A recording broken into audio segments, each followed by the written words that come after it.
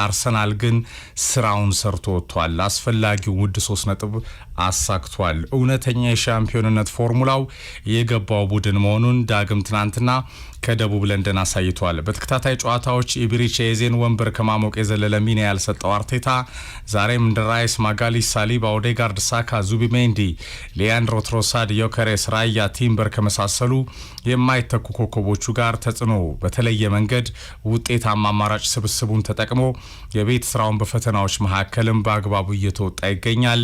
ከቪላ ተደናቂ ድሉ ማግስት ወደ ደቡብ ለንደን አቅንቶም ከጠባቧ የበርንማውዝ ሜዳ ወሳኙን ድል የሊጉ አውራ መድፈኛው አስመዝግቧል።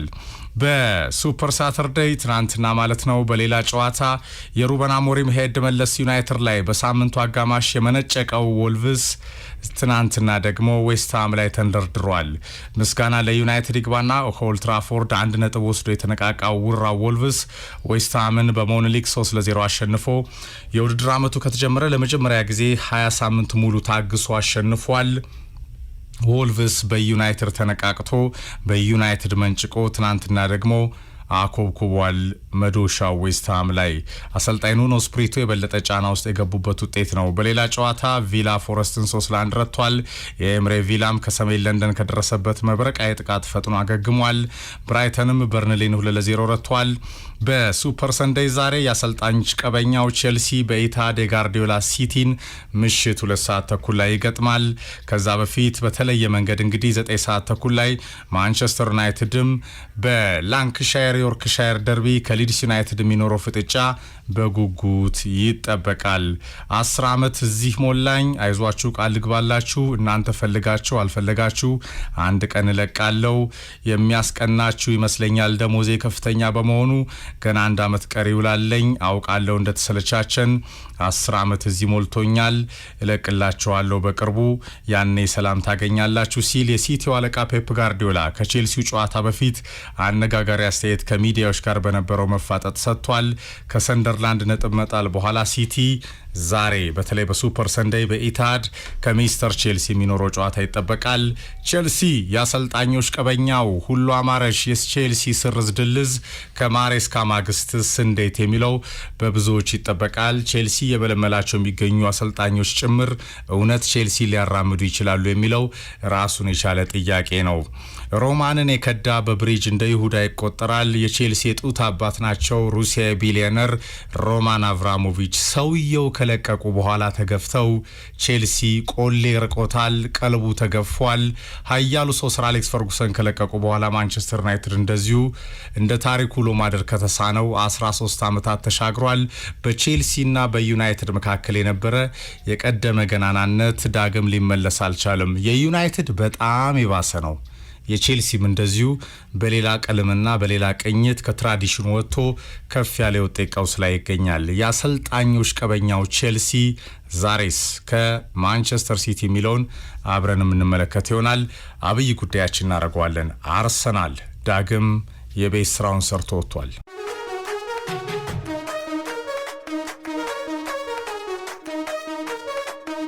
አርሰናል ቤስራውን ሰርቷል። እንቀደር ትንሽ አርሰናል ከበርንሞዝ እንግዲህ ያለፉትን 5 ጨዋታዎች አርሰናል 15 ነጥቦች በጣም አስደናቂ ጉዞ ላይ ይገኛሉ መድፈኞቹ።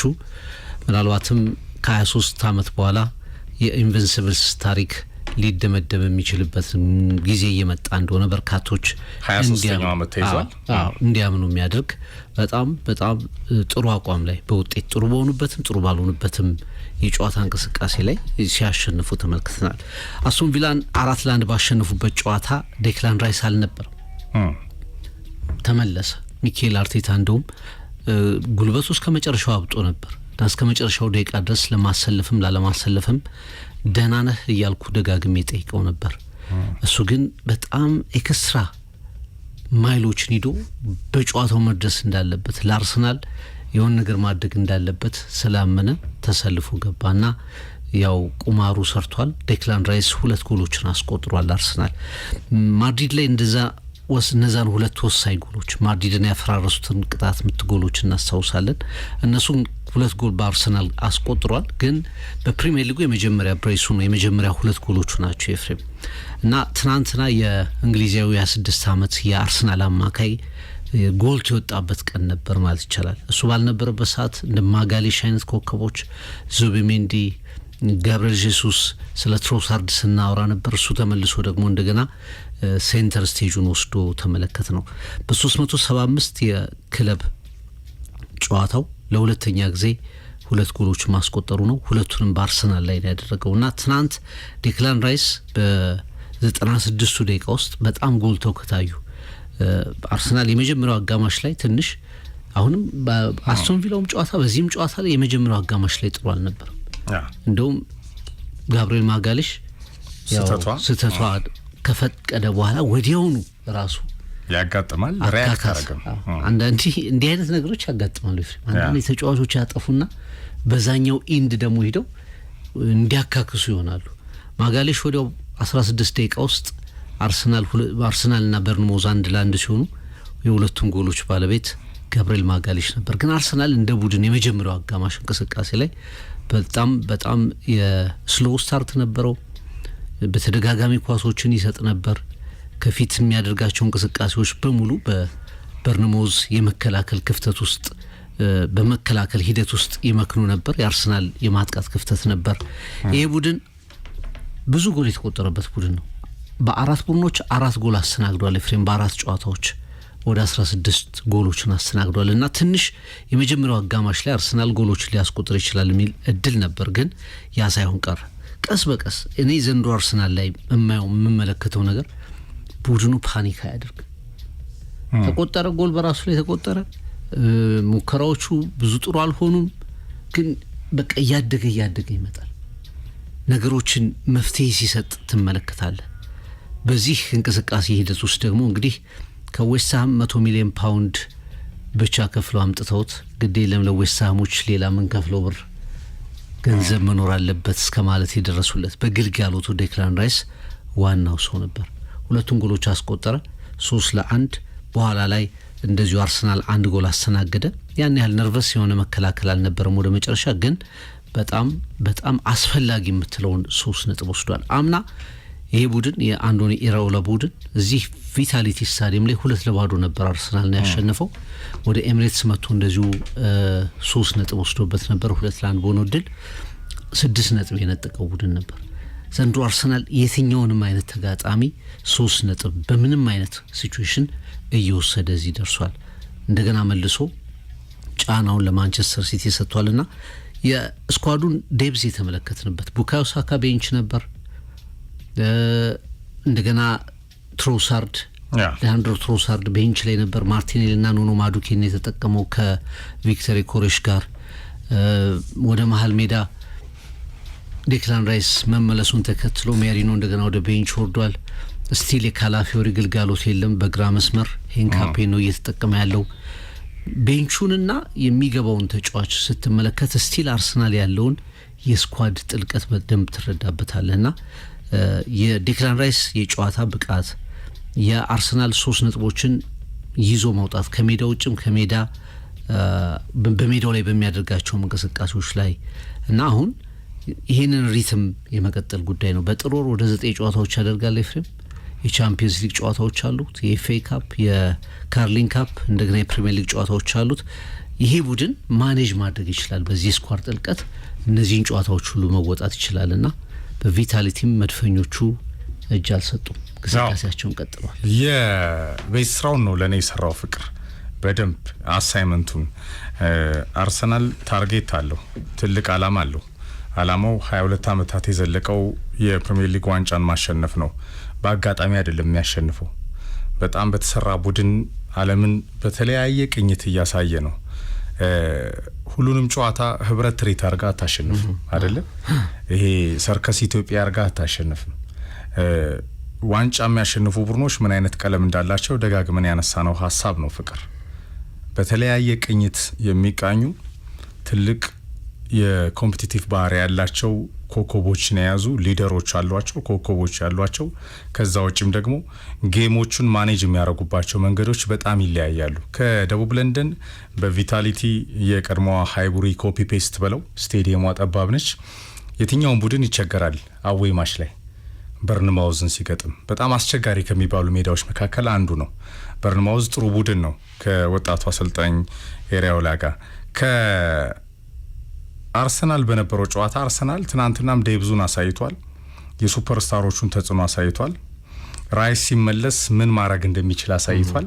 ያለ ራይስ ማሸነፍ እንደሚችል በጣም ትልቁ እርግማኑ የሆነበት ቪላን ምን እንዳደረገው በሳምንቱ አጋማሽ አይተናል። ጎሎችን ያስቆጥራል። ስህተቶች ሲፈጠሩ ሀፕን ያደርጋል። በፉትቦል መልሶ ሪያክት ያደርጋል። አርሰናል ሪያክትም ያደርጋል። የጋብሪኤል ማጋሊሽ ያ ነው። ይህ ተጫዋች በ2020 ነው የመጣው። 20ኛ ጎሉ ደርሷል። ፍቅር በ5-6 ዓመት ውስጥ ነው። ካቫኒ፣ ማርሻል፣ አንቶኒ፣ ሆይሉንድ፣ ራሽፎርድ፣ ዜርኬዚ፣ ጋርናቾ፣ ሜሰን ማውንት፣ ቺዶቢ ድረስ ባለፉት 5 ዓመታት ተኩል 6 ዓመታት በዩናይትድ የነበሩ እነዚህ የጠራዋቸው አጥቂዎች ተደምረው ማጋሊሽ ያስቆጠረውን ጎል እንኳን አላስቆጠሩ። ተከላካዩ ይል ካቫኒ፣ ፍቅር፣ ማርሻል፣ አንቶኒ፣ ሆይሉንድ፣ ራሽፎርድ፣ ዜርኬዚ፣ ጋርናቾ፣ ማውንት፣ ቺዶቢ የዩናይትድ አጥቂ ተደምሮ ባለፉት 5 ዓመታት 20 ጎል አላስቆጠረም። ጋብሪኤል ማጋሊሽ ተከላካዩ ብቻውን 20 አስቆጥሯል። ሴንተራፉ የማንቸስተር ወለል ማሳያ ይመስለኛል። ፍቅር የት ጋር እንደተቀመጠ አርሰናል ማጋሊሽና ሳሊባ ሲኖሩ እንደው በቀላሉ የሚፍረከረክ የተከላካይ መስመር እንደሌለው አንዱ ማሳያ ነው። ይሄን ካፔ ክፍተትም ከቨር አፕ አለው። እንደጠቀስከው ካላፊዮሪ በጣም ጥሩ ሲዝን እያሳለፈ ነው። አልነበረም በጉዳት ከቤንች ናቸው ሊያንድሮ ትሮሳድ እና ቡካዮ ሳካ የተነሱት። ማዱኬ ሳካን መሆን አይችልም። ትሮሳድ ያለበት ሌቭል ይታወቃል። ማርቲኔሊም እንደዛው ጥሩ አማራጭ ናቸው። ኤዜን ጭራሽ እየተጠቀመው አይደለም። ከሰሜን ለንደን ደርቢ የሃትሪክ ጫጉላ በኋላ የኤቢሪች ኤዜ ፐርፎርማንስ ወረደ። አርቴታም ጨካኝ እንደሆነ በደንብ እያሳየ ነው። ፍቅር ተጫዋቹ መልሶ ዴሊቨር ለማድረግ ቤንች ላይ እንደሚቀመጥ ወንበር አሟቂ እንደሚሆን በየጌሙ የገባ አትለማመድም። አሁን በአርሰናል ውስጥ አንደር ፐርፎርም ካረክ ዝቅ ያለ ብቃት ካሳየህ ትቀመጣለህ። ለምን ዴብዝ አለው ቡድኑ፣ አማራጭ አለው ቡድኑ። ፍቅር ያንን ደጋግሞ እያሳየ ነው። እኔ በጣም የገረመኝ ጌም ማኔጅመንቱና ጫና ውስጥ የሚገባ አይደለም። ጎሉ ከተቆጠረ በኋላ መልሶ በርንማውዝ ሪያክት ያደርጋል ተብሎ ነበር የሚጠበቀው። አርሰናል አልተቸገረም። ጋብሪኤል ጄሱስ ግን ለበርንማውዝ ሲጫወት ነበር ትናንት። የመጨረሻዋ ኳስ፣ የመጨረሻዋ ኢንሲደንት በርንማውዞች ዳኛውን ጭምር ያማረሩበት ኳሱን ይዘህ ሰዓቱን ለማባከን ወደ ኮርናው ኪክ ሂደህ አስቶን ቪላ ላይ የሰሩት አይነት ስህተት ወደ ኮርናው ኪክ ሂደህ ከቨር አድርገህ እየቆየ ፋውል እየተሰራብህ ታክቲካል የሚባለው እሱ እኮ ነው አንደኛው። ፍቅር ሁሉን እንዴ ዳይሬክት ፉትቦል ድሪብል ለማድረግ ትፈልጋለህ?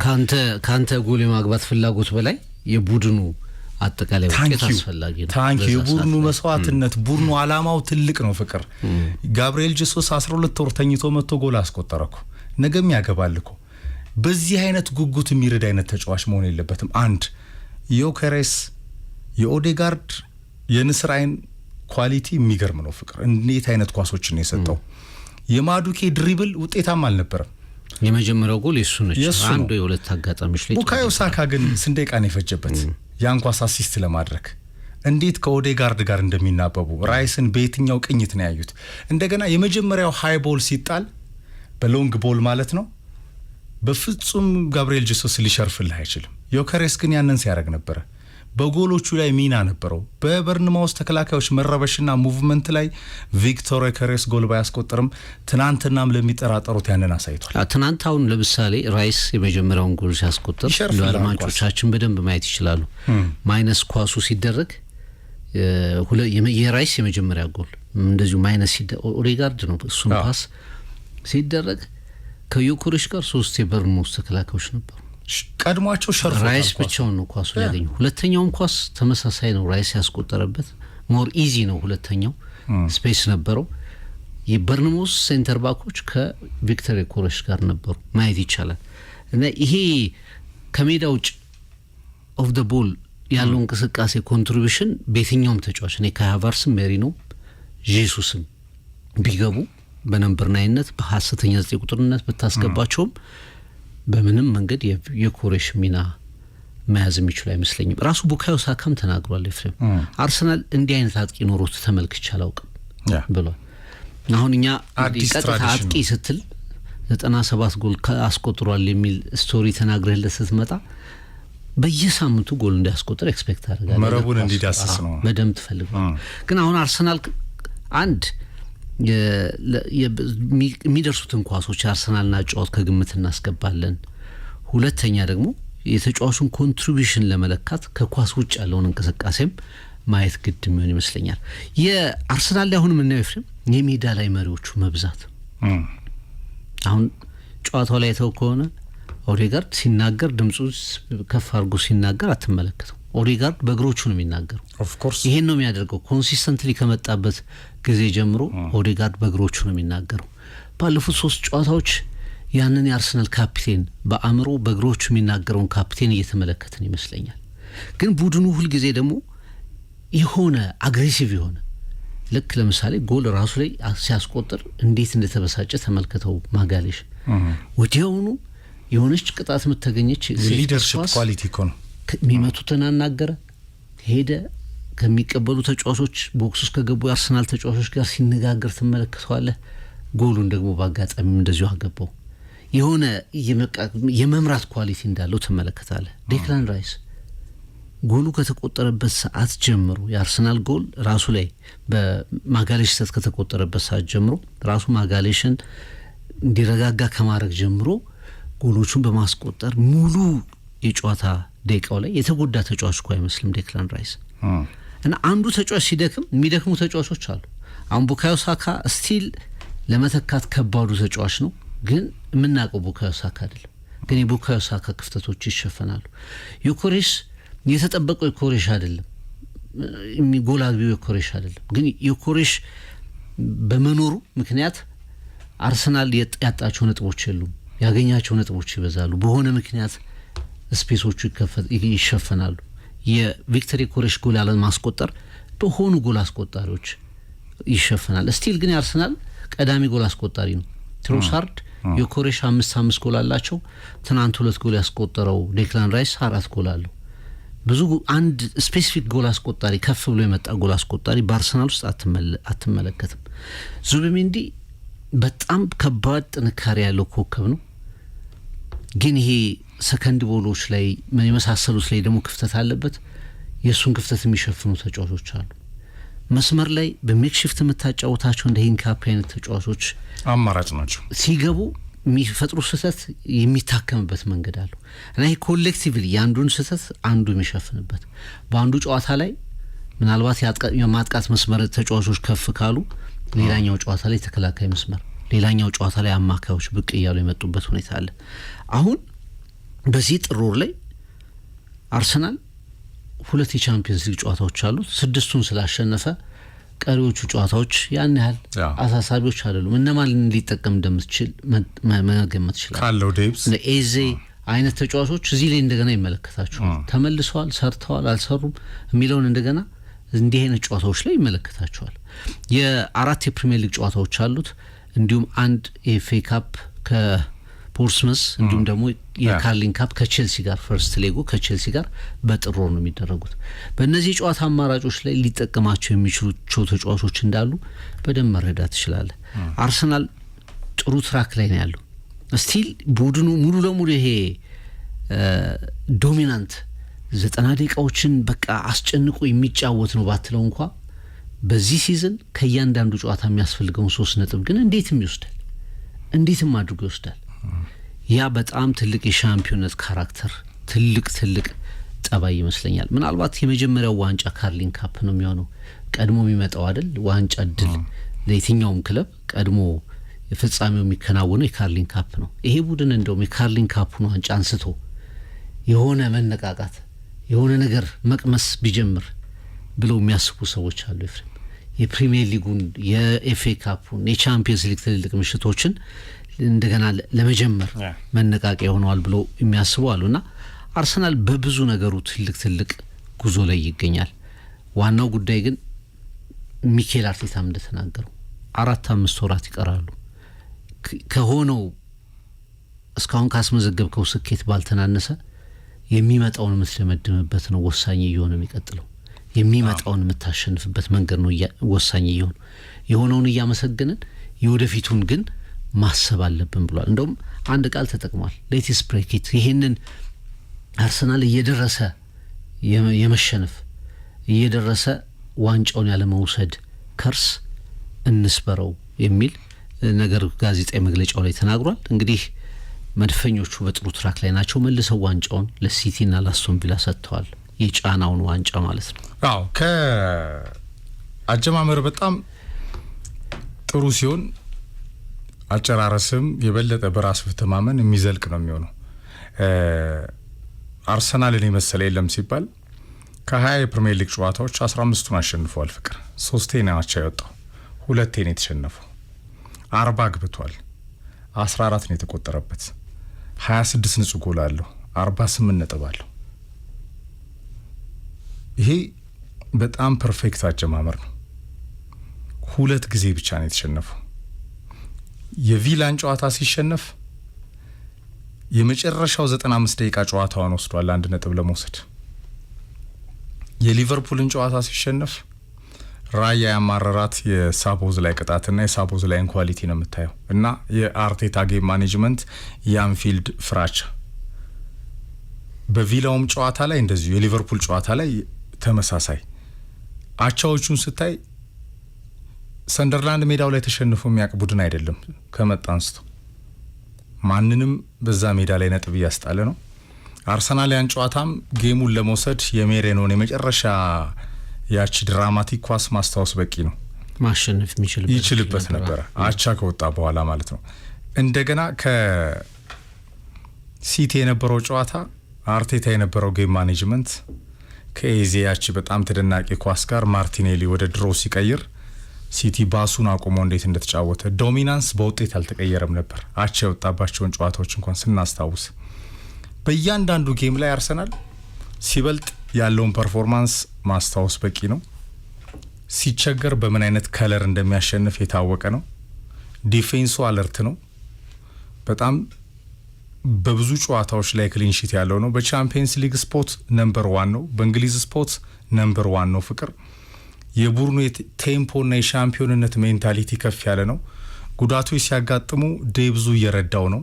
ወትሮ የነበሩበትም ክፍተቶች ስለሸፈነ ብዙዎች ጎል አያስቆጥርም ቢሉትም ነገ ደግሞ በጎሎቹ በጣም የሚደሰቱበት ወቅቶች ይመጣሉ። ዮከሬስ ፍቅር ሌላ ከለር ፈጥሯል። ሳካ እንደተናገረው ነው የሚሰማኝ። የአርሰናል የጨዋታ እንቅስቃሴ በፊት ነምበር 9 ላይ የተመሰረተ ሆኖ ነማጋሊሽም ራይስም ሳሊባም አንዳንዴ ጫና ውስጥ ሲገቡ ዙቢሜንዲን ጨምሮ ረጃጅም ኳሶች ሲጣል ዝም ብሎ ባክ ነው አይቀርም። እነዛ ኳሶች እድሎችን ይፈጥራሉ። ዮከሬስ ይሸርፋቸዋል። ዮከሬስ ከፊት ሲሰለፍ አርሰናልን የሚገጥሙ ቡድኖች ሁላ ጫና ስላለ ተከላካዮቻቸው ታርጌት አድርገው የሚጠብቁት ነምበር 9 አለ። በዛ አርሰናል ክፍተቱን እየተጠቀመ ነው። ከቤንች የሚነሱት ተጫዋቾች ተጽዕኖ እየፈጠሩ ነው። ገና በጣም ወንደር ኪድ የሚባሉትን በየትኛው ሰዓት ላይ ያሰልፋቸው ከጉዳትም ቢመለሱ እነ ማክስ ዶመን ብትል ኤታን ንዋኔሪ ብትል ስኬሊጅ ብትል በጣም ልምድ የበለጠ ማግኘት ያለባቸው ተጫዋቾች ኖ ስፔስ። ምክንያቱም ዴብዙ በጣም ሰፊ ነው። ፍቅር ካይ ሃርቫርስ ተመልሷል። መቼ እንደሚሰልፍ አያውቀውም። ግን ቅድም የተናገርከው በደንብ የሚያስኬደው አርሰናል የቻምፒየንስ ሊግ ቦታው ላይ ያለው ሚናውን በጣም ካወቀ የበለጠ አንደር ፐርፎርም የነበራቸው ተጫዋቾች እንደዚህ ያሉትን የሚጠቀምበት እድል ይሰፋል።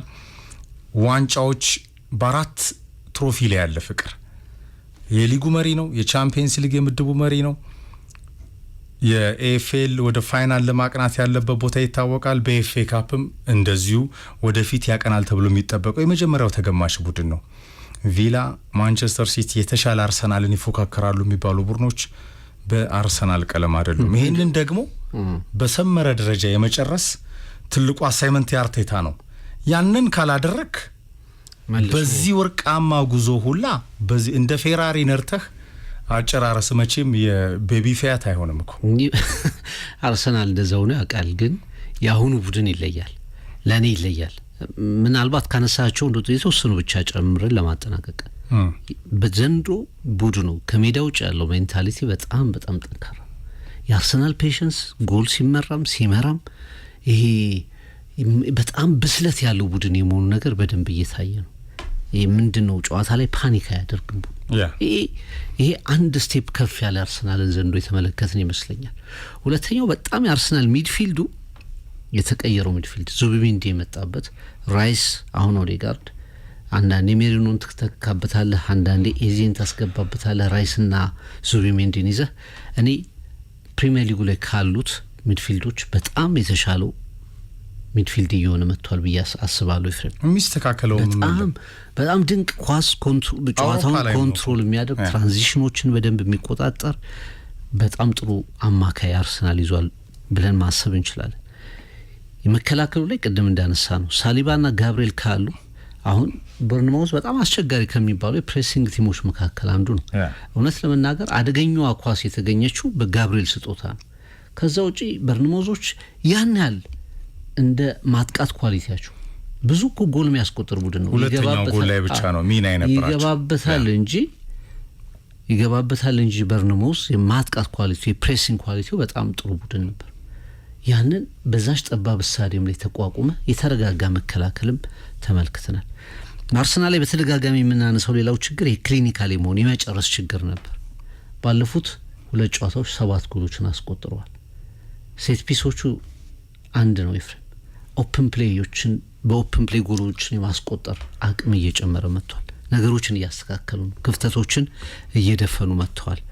ባለፉት 5 ጨዋታዎች ላይ ይናነሳበት የነበረውን ችግር እዛው ላይ መልስ መስጠት የሚችል ቡድን ምንድነው ይሄ መፍጠር ለችግሮች መፍትሄ መስጠት የሚችል ቡድን እየሆነ መጥቷል። ብዙ ተጫዋቾች ይጎዳል፣ መፍትሄ ይሰጣል።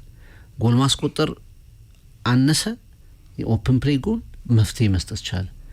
የተጫዋቾች ጉዳትን በጊዜ በተለያዩ የተጫዋቾች አማራጮች መፍትሄ እየሰጠ እዚህ ደርሷልና ጌም ማኔጅመንቱ እስካሁን ካሰልጣኙም ከተጫዋቾቹ አንድ ኢንዲቪጁዋል ጨዋታዎችን የ90 ደቂቃዎችን ተጋጣሚዎችን ማለት ይቻላል። ቅድም ደግሞ ስታቲስቲክሱን በደንብ እንዳስቀመጥከው አጠቃላይ 20ዎቹንም ጨዋታዎች የቻምፒየንስ ሊግ 6ቱን ጨዋታዎች የካራባው ካፕ ጨዋታዎችን ስትደምር አርሰናል ያለበት ነገር ዘንድሮ በጣም በጣም ትልቅ መሻሻል ውስጥ ያለ ነው። አጨራረሱ እንግዲህ ግንቦት በዚህ አካሄድ ከኮዶም ከግንቦት ቀድሞ ልክ ሊቨርፑል አምና እንደነበረው ከግንቦት ቀድሞ በተወሰኑ ጨዋታዎች ቀድሞ ሊያረጋግጥ ይችላል። ይሄንና አካሄዱን ሜንቴን ካደረገ አርሰናል፣ ቪላ፣ ሲቲ እነዚህ ቲሞች በፉክክሩ ቀለም ይሆናሉ። ፍቅር 4ኛው፣ 5ኛው፣ 6ኛው፣ 7፣ 8፣ 9፣ 10፣ 11 እያልክ ትናንትና 4ኛ ከሆንክ ነገ 11ኛ ላለመሆን ምንም ማረጋገጫ የለም። አንድ አይነት ናቸው ሁሉም አንድ አይነት ፍቅር። ዩናይትድ የተነፈሰባቸው ነው የሚመስለው። ሊቨርፑል ብትል፣ ቼልሲ ብትል፣ ሰንደርላንድ ብትል፣ ያውም ሰንደርላንድ ሰርፕራይዝ ቲም ነው ፍቅር። ሜዳው ላይ አይሸነፍም። ብራይተን፣ ኤቨርተን፣ ብሬንትፎርድ፣ ፓላስ፣ ፉልሃም ኮንሲስተንሲ የሚባል ነገር የለም።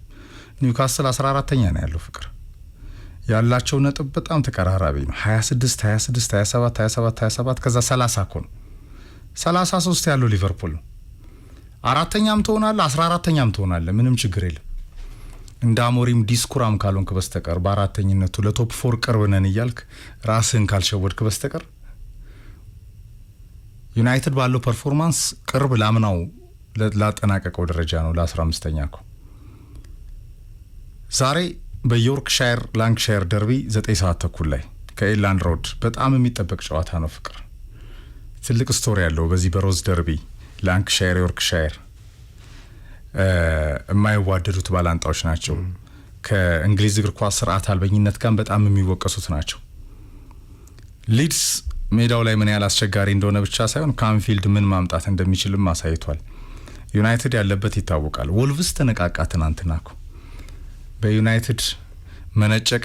ትናንትና ደግሞ ተንደረደረ። ከወራጁ 20 ሳምንት በኋላ ነው ያሸነፈው ፍቅር።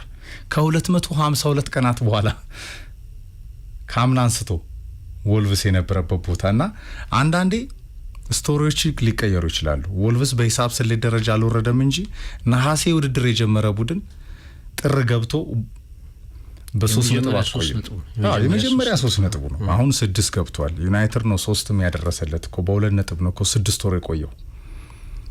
ትልቁ የሳምንቱ ጨዋታ ግን ከማንቸስተርና ሊድስ በላይም በጣም የሚጠበቀው ዩናይትድ ምንስ ሊያሳይ ይችላል? ከግትሩ አሰልጣኝ ሩበን አሞሪም የጨዋታ ፍልስፍና በባክፎር ሲገባ ዩናይትድ ጥሩ ሲሆን አይቷል። በብርሃን ፍጥነት አሰልጣኙ ይቀይረዋል። አሁን ዩናይትድ ከተጋጣሚዎቹም ከአሰልጣኙም ነው የሚፋለመው ፍቅር።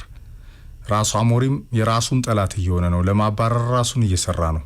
በየትኛው መንገድ ጫና ውስጥ የሌለ አሰልጣኝ ሆኖ ነው ያለው። አሁንም ስታፉ ጭምር ከጎኑ ነው ያለው። ዩናይትድ አሰልጣኝ ማባረር በጣም የሰለቸው ቲም ነው። 3 አመት ለብዙዎቹ አሰልጣኞች ሰጥቷል ፍቅር። ችኩልም አይደለም፣ በቼልሲ ቀለም አይደለም ዩናይትድ እንጂ ማሬስካ እኮ የተባረረበት ሊግ ነው እኮ ፍቅር። ማሬስካ የተባረረበት ሊግ አይተህ አሞሪም በህይወት እንዳለ ስታቅ የዓለም ፍትሃ ነው ያስብልሃል ውጤቱን ካየ። ምክንያቱም ዩናይትድ እኮ የተጫወተው ከተሸነፈው እኩል እኮ ነው። በሁሉም መድረኮች ካቻው እኩል እኮ ነው። ያሸነፈው እኮ ነው በጣም ዝቅ ያለ፣ ዊኒንግ ሬቱ በጣም ዝቅ ያለ ነው። በዛ ላይ ፕሮግረሱ ምን እንደሆነ አታውቅም። ቡድኑን ግን አሞሪም አለ። አሞሪምን ማንም ይሰናበት ያለው የለም። አሞሪም ነው ራሱን ለማሰናበት እየሰራ ያለ የሚመስለውና ግትር ባህሪው እስከ መቼ የሚለው ጋርዲዮላ ከቼልሲ ዛሬ ያለ አሰልጣኝ ይቀርባል። ወደ ቼልሲ ስትገባ ቼልሲ ሮማን አብራሞቪችን ካጣበት ጊዜ ጀምሮ አሜሪካዊው ቢሊየነር ቶድ ቦይሊ እና ፕሮጀክታቸው የረጅም ጊዜ እቅድ ይላሉ እንጂ የረጅም ጊዜ እቅድ ያለው ክለብ አይመስልም። ክለቡ ሁሉም ነገር ባጭሩ ነው የሚቋጨው። በተለይ አሰልጣኞቹ እድሜ ኤንዞ ማሬስካን ከሌስተር ሲያመጣ ከጓርዲዮላ ጋር የሰሩ ናቸው። እርግጥ ግን ያን ያህል በትልቅ ደረጃ የሚታወቁ አሰልጣኝ አይደሉም እና የወደፊቱን የቼልሲ ታላቅ ፕሮጀክት የመፍጠር ህልም አካል ዋና መሪ ተደርገው ተቀርጸው ነበር የመጡት። ግን እንግዲህ አስበው 6 ወር የዓለም ክለቦች ሻምፒዮን ከሆነ ክለቡ በ6 ወር ውስጥ አሰልጣኙን አሰናብቷል። ያ ብቻ አይደለም፣ በኮንፈረንስ ሊግን አሸንፏል። አምና ወደ ቻምፒየንስ ሊግ መልሰውታል። በሜዳ ላይ ውጤቶቻቸው ከተመለከትክ ለአሰልጣኙ ትዕግስት እና ፕሮጀክት ረጅም ከሆነ እቅድ ከሆነ አሰልጣኙ የሚሻሻሉበትን መንገድ የምታልም ከሆነ የቼልሲ እና የማሬስካ ስንብት ትርጉሙ አይገባ። ግን በኋላ ዲቴሎችን ታያለ። የክብር ጉዳይ፣ የመደጋገፍ ጉዳይ፣ የመስማት ያለ ማስማት ጉዳይ፣ የዚህ ሃይራርኪ ጉዳዮች ከስሩ ጋር አሉ እና ቼልሲን አጠቃላይ እኔ ቶድ ቦይሊ ከመጡበት ጊዜ ጀምሮ ያለ ስስት ኢንቨስት ያደርጋሉ። ግን ደግሞ በኢንቨስት በሚያደርጉት ልክ ክለቡን ወደ ኋላ የሚመልሱ አሰልጣኝ ናቸው፣ ባለቤት ናቸው። አሰልጣኙም በእርግጥ የውጤት ቀውስ ገጥሟቸዋል። በ7 ጨዋታ 1 ብቻ አሸንፈዋል ባለፉት 7 ጨዋታዎች። ግን እንደዛ ከሆነ ደግሞ እንደዛ ብለህ በአመት እኮ አንዴ የሚያሸንፋል። እንደዛ ብለህ የምታስብ ከሆነ ሌሎች አሰልጣኞች አሉ። ሩበን አሞሪምን መጨመር ይችላል። ሌሎችም አሰልጣኞች አሉ እና የቼልሲ ጉዳይ አነጋጋሪ ነው። አሁንም ሊቀጥሩ ስለሚያስቡት አሰልጣኝ ያለውን ክርክር ስታይ ይሄ የሚወራው ፕሮጀክት ሁሉ በሚታሰበው ልክ ሳይከናወን የሚከሽፍ አይነት ነገር መስሎ ይታያል። ለማንኛውም የቼልሲ ጉዳይ ዛሬ እንደገና በኬርቴከር አሰልጣኝ አንደር 21ን በሚያሰለጡ አንደር 17 አንደር 21ን በሚያሰለጡት አሰልጣኝ በኬርቴከር ማናጀር ነው የሚከናወነው። ሩበን አሞሪም ኤፍሬም እኔ አሰልጣኝ እንግዲህ መነጋገሪያነታቸው ሚዲያው ላይ ያው ክለቡ ማንቸስተር ነው። አሰልጣኙ ደግሞ ለሚዲያ ንግግሮች የተመቹ ናቸው። ኒውካስልን ካሸነፉ በኋላ በወልቭስ አቻ ከተለያዩ በኋላ ስለ ሲስተማቸው ምንም ነገር ማውራት አልፈልግም ከእንግዲህ ካሉ በኋላ ስለ ሊድስ ጨዋታ ብቻ እናውራ አሉ። መጀመሪያ ሲስተማቸው 4 በባክፎር ከተጫወቱ በኋላ ከኒውካስሉ ጨዋታ ጋር በኋላ በእናንተ ጫና አይደለም የቀየርኩት፣ ጊዜው ሲደርስ በራሴ ነው የቀየርኩት። እናንተ ብላችሁ ቢቀይረው ኖሮ መልበሻ ክፍል ውስጥ ማንም አያከብረኝም የሚል አነጋጋሪ ንግግር ተናገሩ። በኋላ በወልቭሱ ጨዋታ በጨዋታው መሀል ላይ ሲስተሙን ወደ ራሱ ወደ ባክስሪ ከመለሱት በኋላ ከሊድሱ ጨዋታ አስቀድሞ በነበረ ፕሬስ ኮንፈረንስ ላይ ስለ ሲስተማቸው ነው ጋዜጠኞች መጠየቅ የፈለጉት። ስለዚህ ስለ ጨዋታ ፎርሜሽናቸው ማውራት አልፈልግም አሉ። ብስጩ ነበሩ። አይታቸው ከሆነ በጣም ብስጩ ነበሩ። ሩበን አሞሪም እንግዲህ አንደኛ የአጫውት ስልታቸው ይሄ እሳቸው በሚመሩት ያጫውት ስልት ጠንካራ ማጥቃት፣ ኦርጋናይዝድ የሆነ ዲፌንስ፣ ሚድፊልድ ባላንስ፣ ለሚድፊልዱ የሚያግዙ ዊንግ ባኮች በማንቸስተር እስካሁን አልታዩ። እሳቸው በሚያስቡት ፎርሜሽን ዩናይትድ በጣም ደካማ የሚባል ውጤት ነው ያስመዘገበው። ሚዲያው ብቻ ሳይሆን እሳቸው ሚዲያው ይላሉ እንጂ ደጋፊዎችም እግር ኳስ የሚያውቁ ሁሉ በቂ ተጨማሪ ቅድ የላቸውም፣ ፕላን ቢ የላቸውም ተብለው ይተቻሉ። የአሰልጣኙ ግትርነት በዚህ ላይ አለ። አሁን እኔ ዩናይትድ 12 ነጥቦችን በቀላሉ ሊያሳካባቸው ይችላል ብዬ ኤክስፔክት ያደረኩት ፊክስቸር ነበር ኤፍሬም። ኒውካስልን ካሸነፉ በኋላ ወልቭስ በሜዳ ሊድስን፣ ከዛ ቀጥሎ በርንሌይን ነው የምታገኘው። ከዚህ የተሻለ ፊክስቸር ማለም አትችልም በዚህ ጫና ባለበት ሰዓት ላይ። ዩናይትድ እነዚህ ነጥቦች አሳክቶ ስለ እሳቸውም ጫናውን ያራግፋሉ። ዩናይትድም ደግሞ ይሄ ዘንድሮ የሚጠበቁት ለቶፕ 6 ነው፣ ሌላ አይደለም። ለዋንጫ ይጠበቁ ጫና የለባቸው፣ የዋንጫ ጫና የለባቸው። ቦኑ ለቻምፒየንስ ሊግ ካበቁ በጣም ትልቅ ሰክሰስ ተብሎ የሚወደስላቸው አሰልጣኝ ነው የሚሆኑት። ቶፕ 6 ቢያጠናቅቁ በከፍተኛ መሻሻል ተደርጎ የሚቆጠርላቸው አሰልጣኝ ናቸው ኤፍሬም። ይሄን እድል ይጠቀማሉ ብዬ ኤክስፔክት በማድረግበት ሰዓት በወልቭስ ነጥብ ጥለዋል። ሊድስ የሚለቅ አይነት አይደለም አሁን በወቅታዊ በከረንት ፐርፎርማንሱና ምናልባትም ቶማስ ፍራንክን ቀድመው የመውጫውን በር ሊያዩ ይችላሉ በዚህ ግትርነት ቀጠሉ። እሱ ላይ ነው ትልቁ ሀሳብ። አሰልጣኙ ነው አሁን የቡድኑ ተቃራኒ የሆነው ፍቅር። ለምሳሌ ብዙ የጎል እድሎችን እየፈጠርን ነው፣ ሁሉንም ተጋጣሚዎቻችን ከኛ የተሻለ የሚረዳ የለም ማለት ከተረዳኮ ማሸነፍ ነው ያለብ። ተጋጣሚዎችን የምታከሆነ ማሸነፍ ነው ያለብ። ዩናይትድ ኮ ዘንድሮ 33 በሊጉ አግብቶ 29 ገብቶበታል ፍቅር። ስርዝድ ልዝኮ የጣላቸው ነጥቦች በጣም የሚያስቆጩ ናቸው። ጌም ማኔጅመንት የለውም። ቡድኑ የሚጫወትበት መንገድን አታውቅም። በባክ ስሪ ሲጀምር 5 ተከላካይ ነው የምታየው፣ ግን የተፍረከረከ ቡድን ታያለ። ወደ ባክ ፎር ሲመለስ ለምን የሙጥኝ ብለ ከሚዲያና ከቀድሞ ተጫዋቾች ጋርና በጫና አይደለም ብለ ከራስ ጋር ትተናነቃለ። ውስብስብ ስለምን ታረጋዋለ? ዩናይትድንም ያህል ክለብ ይዘህ እንደገና ዛሬ ጥሩ ነበርን እያልክ እንዴት እየሸነገልክ ትወጣለ? በማንቸስተር ዩናይትድ ታሪክ ሲመጣ ምን ነበር ያለው? አምና ምን ቃል ገብቶ ነበረ? በቴናግ መንገድ ውስጥ ነው ያለው ፍቅር። አሁን አሞሪም ሞቲቬሽናል ስፒከር እየሆነ ነው። ያነቃቃል ከጨዋታ በፊትና ከጨዋታ በኋላ። ይሄ ደግሞ አለ በደንብ ግብዝነትን መልኩ ያደረገ እልፍ ደጋፊ አለ ማንቸስተር ነው በደንብ የማያውቀው። ልክ እንደ አንክል ቴናግ አሁን አንክል አሞሪም እየተፈጠረ ነው። አንድ ከዛ ውጭ ደግሞ ዩናይትድ ውጤቱ ብቻ አይደለም ፍቅር። ፕሬዠር ላይ እንኳን ቢገባ አሰልጣኙ ያንን ፕሬዠሩ ላይ ተቋቁሞ ነው ማንቸስተር ቤት እስከሰራ ድረስ ትልቅ ክለብ ስለሆነ። በዚህ ቀለም ውስጥ ማንቸስተር ዩናይትድ ለምሳሌ ዜርኬዚን ሲቀይር በወልቭስ ጨዋታ አጥቂ አስወጥተህ ሌላ አማካይ ስትጨምር ተከላካይ ስትጨምር ምን ማለት ነው? አንዳንድ አቻዎች ራሱ ሽንፈቶች ናቸው። ሰምታል 1999 ላይ አሞሪም የዩናይትድ አሰልጣኝ ቢሆን በዛ የካምፕኑ ጨዋታ ዮርክና ኮልን አስወጥቶ ብራውንና ፊል ኔቭልን ነበርኩ የሚያስቀጥ።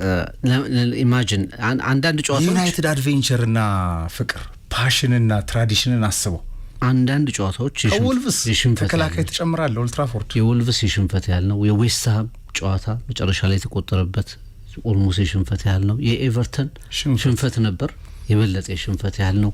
ሄቪ ዲፊት ምትላቸው አቻዎች ሁሉ አሉት ማንቸስተር ዩናይትድ። ያ ብቻ አይደለም ለኔ አሰልጣኙ የሞከራቸው ነገሮች ለጊዜው አሁን እናስቀምጣቸውና የተሞከሩ ነገሮች ይኖራሉ፣ ግን ይመራል። አንዳንዴ መሪነቱን አይከላከልም። በመጨረሻ ደቂቃ ጎል ይቆጠሩበታል። በጣም ሰብስቲቲዩሽኖቹ ሁሉ ጊዜ ጥያቄ ውስጥ ይገባሉ። ቅያሮቹ ሁሉ ጥያቄ ውስጥ ይገባሉ። ያ ብቻ አይደለም። አንዳንድ ተጫዋቾች ሲስተሙ ስላልተመቻቸው ሚስዩዝ ሁሉ ተደርገዋል እኮ ያለ ቦታቸውና የማይመቻቸው ተጫዋቾች ሆነው ታይተዋል። ሉክሾውን ጨምረ ዳሎ በተቃራኒ ቦታ ያሰልፏቸዋል። ተጫዋቾቹ ካሏቸው ተፈጥሯዊ እንቅስቃሴ በተቃራኒ ቦታ ያሰልፏቸዋል።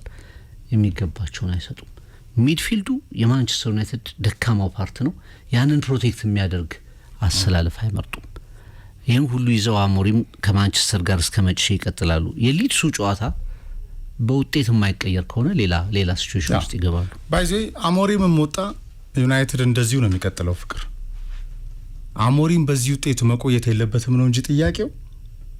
አሞሪምም ቢወጣም ሌላም ቢመጣ ማንቸስተር ዩናይትድ ግሌዘሮችና ራክትሊፍ እስካሉ ድረስ መቼም ከወደቀበት አይነሳም። የከሸፈ ክለብ ነው። ግን ሩበን አሞሪም በማንቸስተር ዩናይትድ ደረጃ ደግሞ ይሄ ወጣት አሰልጣኝ ልክ እንደ 40 ዓመቱ ታክቲካል ፍሌክሲቢሊቲ አሳይቶ ከግትርነቱ ወጥቶ ቡድኑን ያሻሽላል ተብሎ ይጠበቃል። እሱ ያለበት ቅኝት ግን በፍጹም ቦታው ላይ ዲዘርቭ አያደርግም። ፈርጉሰን ተናግረዋል። ሌላ 10 11 12 13 ዓመት ገና ማንቸስተር ዩናይትድ ይፈጅበታል ብሏል። ሰውየው ካሉ እውነታቸው ነው። አይሆንም ይችላል። አሞሪም አሞሪም ጥሩ ነገር ከመጣ ላይሆንም ይችላል። እናየዋለን እሱም ፍቅር። ለማንኛውም ማን ዩናይትድ እግር ኳስ ተሽጧል ከተባለ ማሳያው ማንቸስተር ዩናይትድ ነው። ነጋዴ ክለብ ነው። ዩናይትድ ወደ እግር ኳስ ክለብነት ሲመለስ ይነሳል። ያን ለማድረግ ደግሞ ያንተን ፕሮግራም መስማት በቂ ነው። ግሌዘሮች እናጠናቅ